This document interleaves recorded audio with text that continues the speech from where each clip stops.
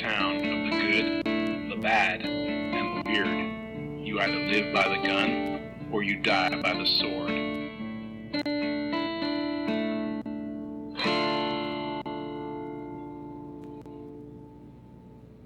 Welcome to the Good, the Bad, and the Weird. I'm Nico. And I'm Chris.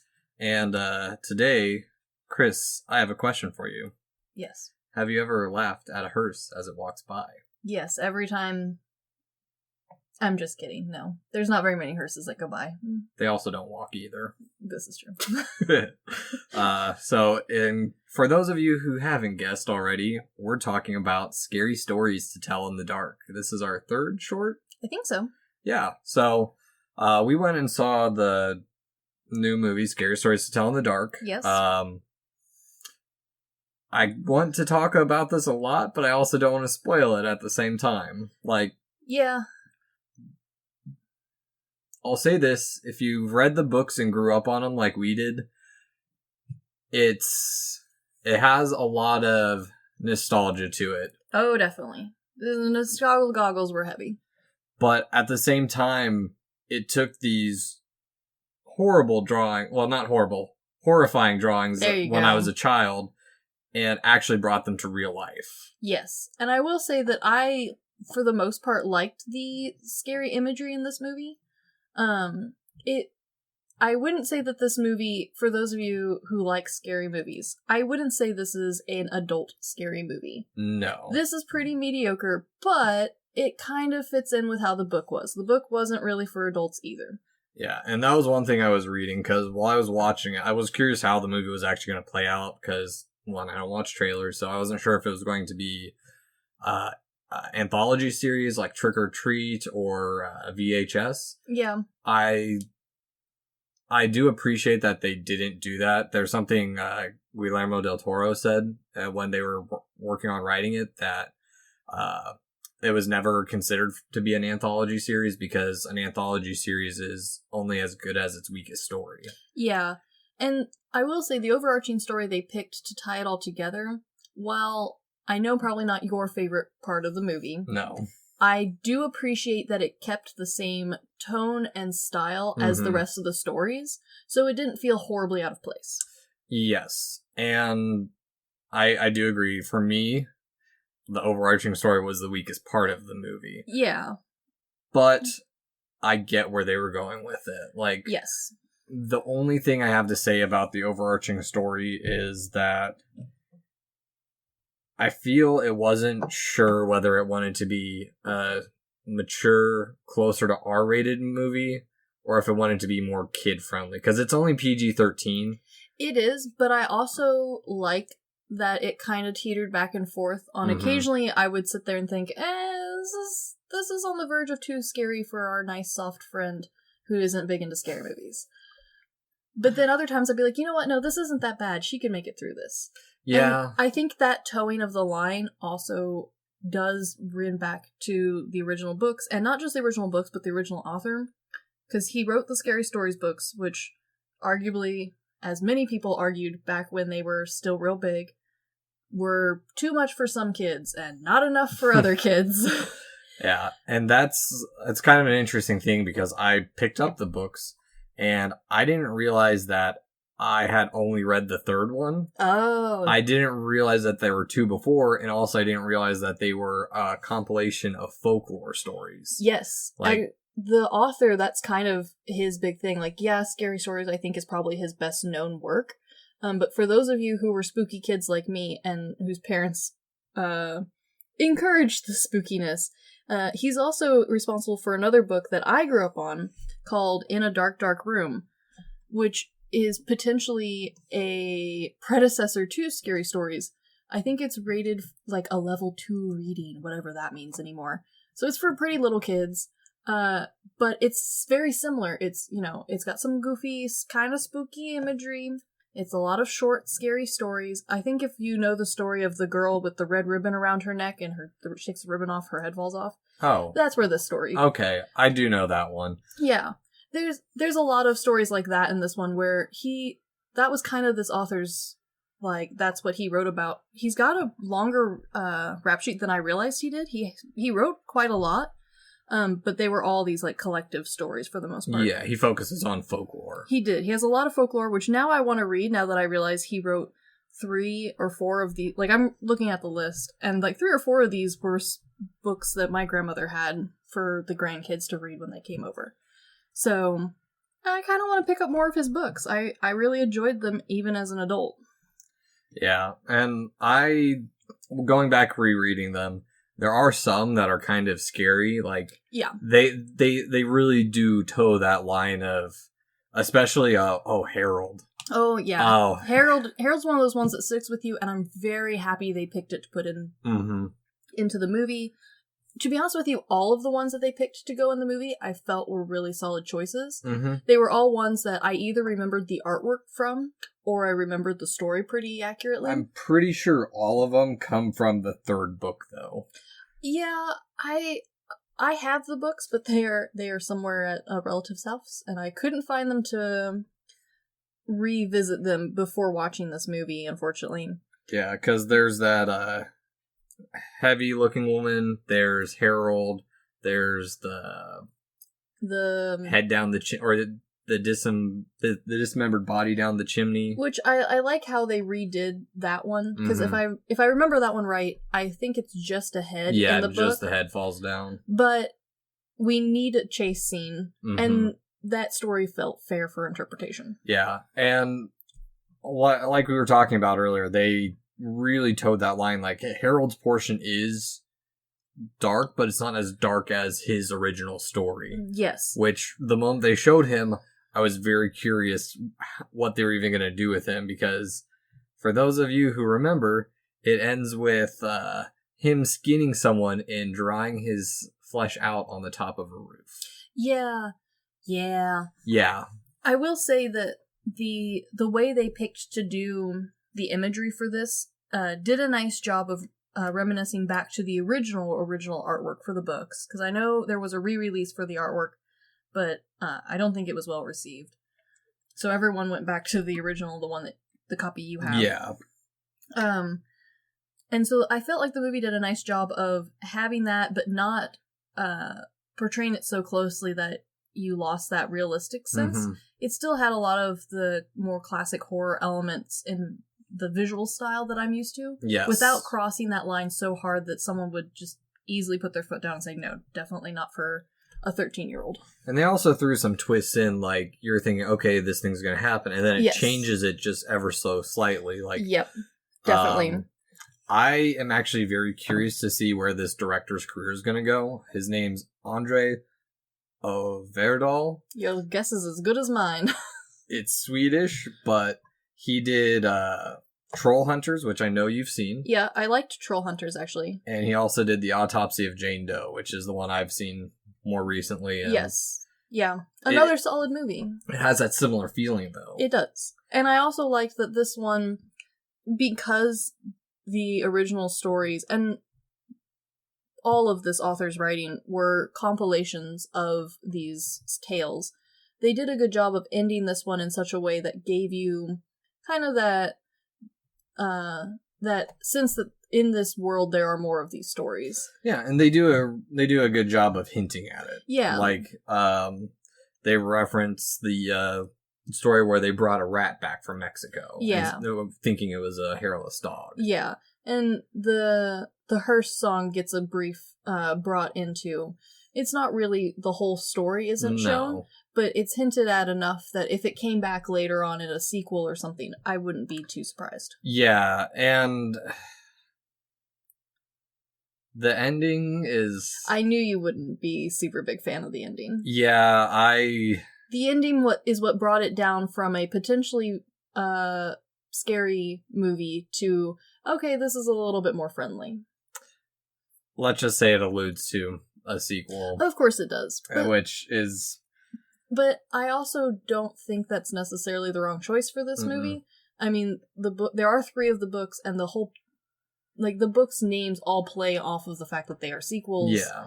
most of his work involves having multiples, so I'm not really upset by that. And it could be good where they bring it back, and instead of like having a direct sequel, do kind of what they did with Cloverfield, where it's this universe of movies that are kind of related. Yeah, which, I mean, they left it open enough that I feel like they could go wherever they want, and no one would be able to down them for that. Yeah. I will say, though, I was actually quite a fan of a lot of the acting in it. Oh, me too. Like, it was really well done. They did toe a line between it, because I'm not very familiar with any of the actors or actresses in the film. No, me neither. They were surprisingly all new faces for me. The only one I knew was the guy who plays the main girl's father, who's from Breaking Bad. Yeah. And that's the only thing I know him from. But I really like that they felt like they were high school kids. Like, the acting at times wasn't like super stellar, but it fit. It did fit, and at no point were there like was there a glaring break for you to be like, oh, you're pretending to be a high school kid. Yeah, you felt realistic with their experience the whole time. I also did appreciate the amount of detail that they took to the time period. I felt like it really helped ground this story, especially since we had this overarching story. I really felt like it helped like bring you back to a time period where there are no cell phones for you to call for help. Yep. There is no instant camera. There, we're lacking that technology. It's all back to the day of telling stories. Yeah. Like even when I was a kid, we told stories, and like it definitely, like, especially for our age and up audience, you'll definitely get that that vibe of like this by the campfire side story feel from it, which I felt really good about. And they did sprinkle it enough in throughout the whole movie, as opposed to setting the stage at the beginning and letting you forget what time it is. Having the TVs on to show the different portions of the election running and having the war propaganda sprinkled around, I think really helped ground the whole story. Yeah, no, I overall, I really think the movie was well done. Just, I felt it was overall lacking just a little bit. Like, if they had, I feel, even though the overarching story is very similar to many other horror films we've seen. Yeah, that's fair. I'm kind of okay with it, though. I wish they'd taken it maybe a little more original, or made it a little bit more original. I'm actually on the opposite end. I'm pretty happy that they did choose something pretty stereotypical, because this, especially Scary Stories, falls in like this category with me, and I'm sure with a lot of other people, where Scary Stories, Goosebumps, and like there's a whole little genre of these spooky kids stories, and they were all this level of generic story. Even the ones that did have an overarching story, like Goosebumps, like the story was always very generic, but that was part of why it was easy for you to remember and retell when you were younger. And so, especially since I feel like they were trying to target a little bit younger of an audience with this Scary Story, most of the scares are jump scares. So I think this works. This is something that they'll remember easily. They'll be able to remember the plot much more quickly, especially since we're piecing together so many. Yeah, thinking about the jump scares, honestly, I who love horror films, there were a couple times where I flinched a little bit, but I think that's partly because the way they did them. You didn't have that bass drop and low rumble build up to boom, there's something in your face. And that's they did a good job of building the anticipation. I think your husband actually thought the movie was scary, but his standards are potentially a little lower than yours and mine. Yeah. But I will say, and especially since I'm not normally a moviegoer, so the loud noises, I will jump. I will jump if someone sneezes too loud in our office. I will say that the build up to the jump scares, there's some movies where the build up is 90% of the movie, and you just kind of sit there waiting to be jump scared. This one, you knew it was a jump scare movie kind of from the get-go. They made that pretty obvious. But you were invested enough in each of the individual and overarching story that it wasn't horrible to have to sit there and wait to be jump scared. Yeah, no, overall, I did enjoy the movie. I try not to be jaded when I watch movies. I really do. I try watching the movie for what it is, but yeah, it's hard. It is difficult. especially with something that we're familiar with the source material. Mm-hmm. However, now, especially because, you know, we've kind of reached this point, and I feel like we've reached old person starting age, where you start realizing that there's kids around you who don't know something that you grew up with. Example being like Mary Poppins. You're on that cusp, and a lot of people below you are on the cusp of just didn't get to it. Yeah. Scary Stories, I think, is one of those things that so many of us grew up reading, or they had a friend who was really into it. You at least knew what the art looked like. Someone had the book in their house.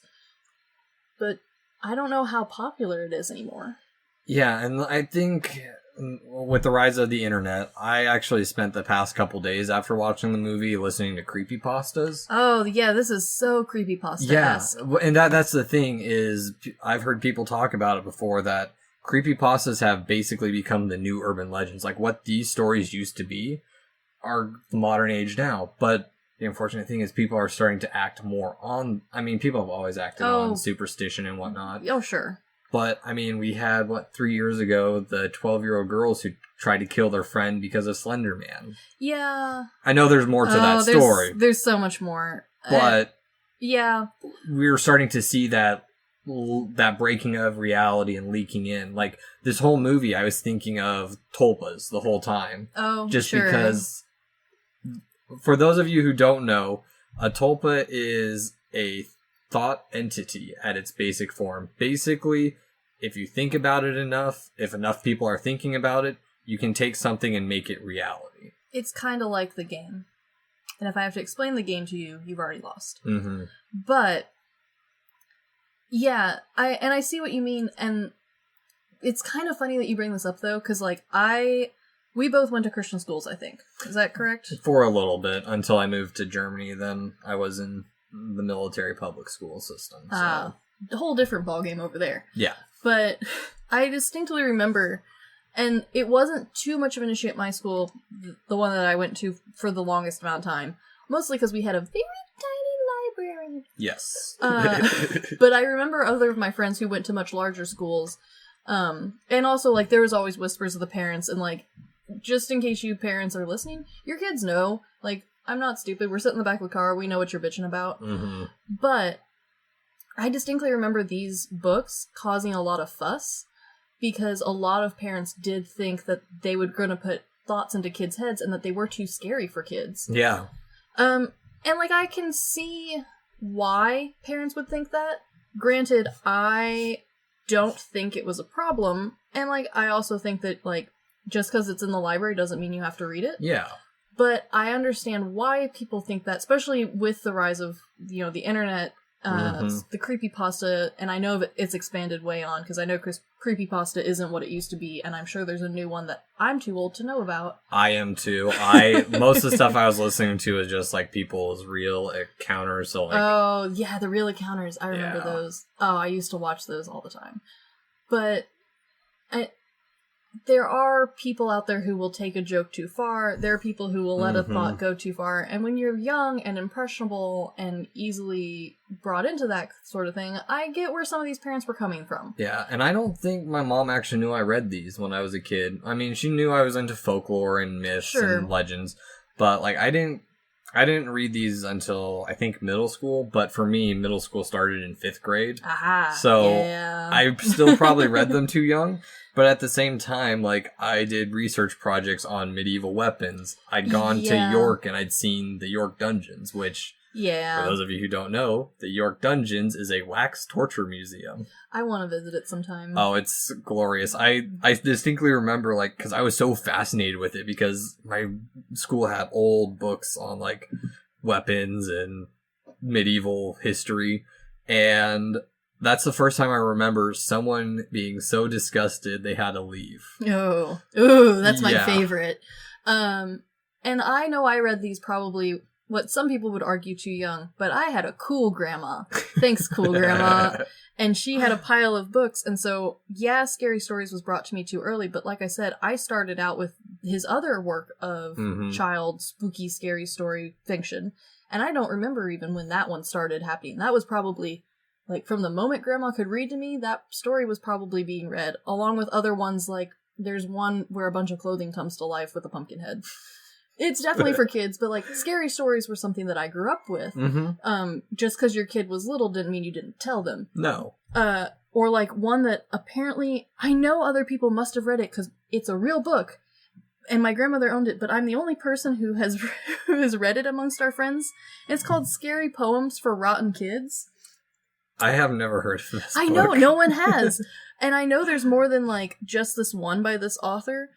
But I distinctly remember being read, like, having this one read to me, and all of the poems in this one, kind of like scary stories, but scary stories happened to both good people and bad people. Mm-hmm. This one only happened to rotten kids, and the whole point of the poems was to scare you into being a good child. And some of them are, like, I was legitimately afraid of mosquitoes for a while, because I thought they were going to suck out my blood if I was a horrible bad person. Yeah, here we go. Here's an image from in the book. There is someone melting on a chair. It's called The Body, and it gets you if you get out of bed in the middle of the night. So you have to stay in bed. Don't go wandering around your house looking for a drink of water, damn it. Well, I mean, this also just ties back to folklore to begin with. I mean, they were generally cautionary stories to teach people, hey, don't go and grab a lion or something. Or, like, I don't know, don't go walking into caves. Yeah. It's not a good idea most of the time. Well, and it's kind of interesting because, honestly, movies in a way have become very much so cautionary tales in themselves. Or yeah, I would agree with that. They become epics. Yeah, and I also feel like a lot of... And Scary Stories, I think, does a good job of towing that line where they were odd enough stories that, like, you remember them as the Scary story, but at the same time, maybe there was another version of that scarecrow who ate somebody. Yeah. Sort of thing. Where, yeah, all of you sitting around late at night in your tent when you're supposed to be asleep, all of you have heard a version of this story, which, I don't know, I feel like that's part of the whole, like, folk tale storytelling vibe. Mm-hmm. Yeah, I'm kind of... And we've talked about this before. I'm very curious how the future of horror is actually going to go. Because we're seeing remakes of stuff. When we were in theaters, they were showing a trailer for Midway. And I got so pissed off. Just because it's not a movie that needs to be remade.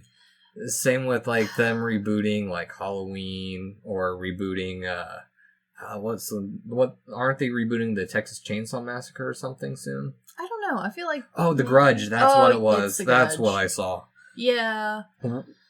Well, and I appreciate the revive of Scary Stories because I feel like, and I think we've talked about this before potentially, where we've kind of reached a point in horror story world where, especially in the movie world, where it feels like a lot of them, the goal is to see how far you can push that boundary. Mm-hmm. Which originally that's what they were for. Yeah. But we've lost the fun, spooky, scary ones. They seem to have died off quite a bit. Which, like, a couple weeks ago, I started watching a movie, The Watcher in the Woods. And as I'm loading up the DVD, trailers for Disney movies started. Oh. And I'm like, wait, is this a Disney movie? And yeah, Disney used to make horror films. Like, yeah, I'm sure somewhere, some corporation that Disney owns still does. Oh, yeah. As all things in this world. But, yeah, I don't know.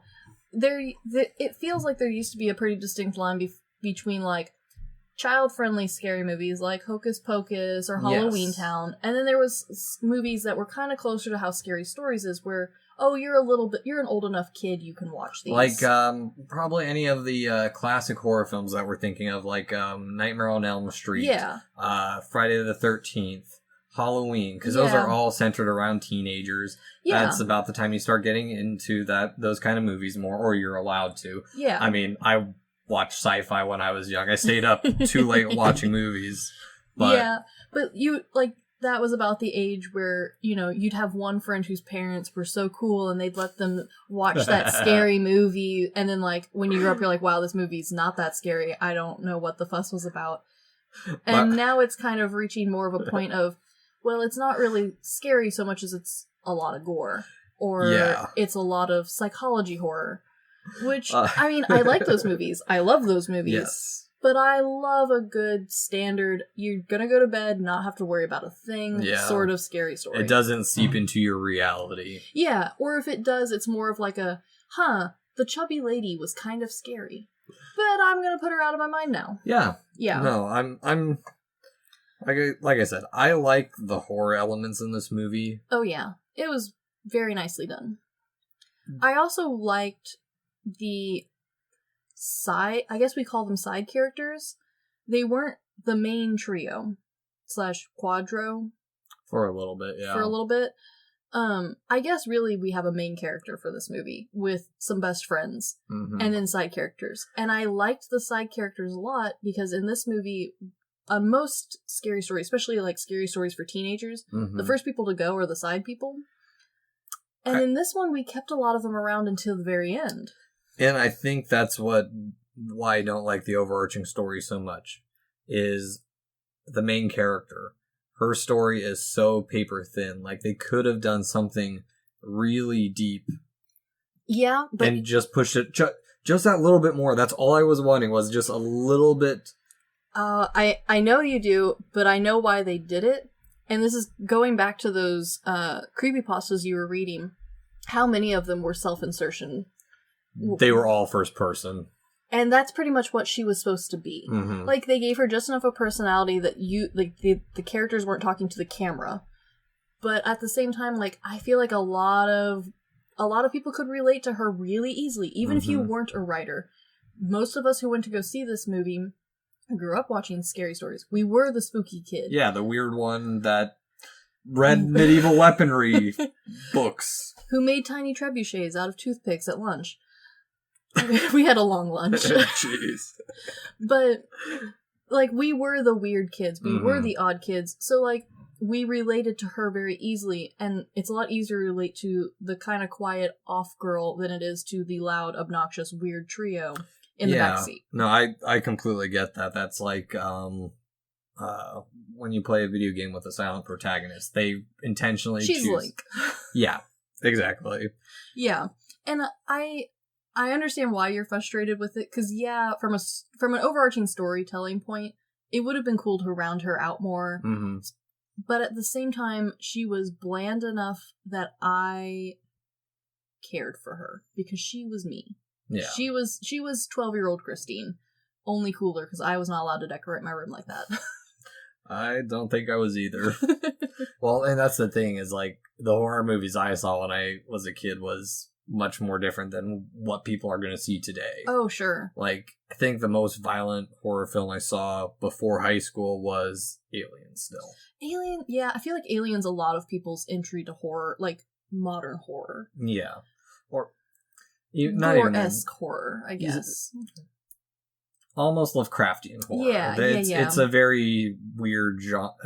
It's a very weird niche of sci-fi. It's kind of in the same vein as The Thing. And oh yeah, I love The Thing. I haven't seen that in a while. I haven't either, which I should probably pick up, because we got to get Crystal up on horror films. We'll get there. I need to pull out the ones I have on VHS tape.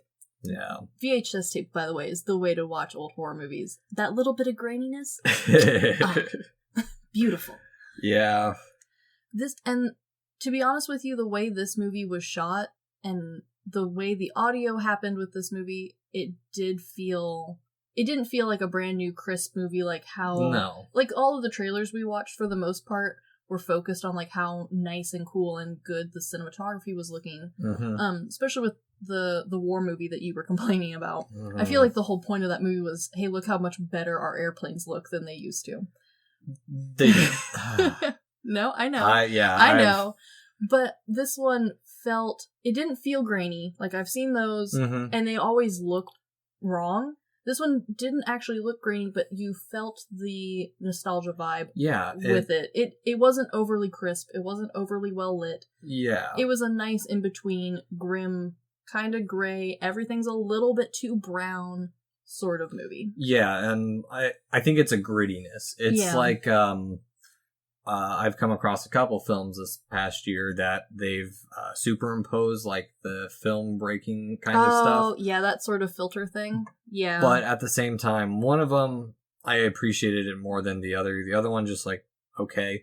Yeah. The other one's Planet Terror, and that was an homage to the grindhouse genre. There's a Yeah. whole section of the movie that just blanks out because it's like the tape.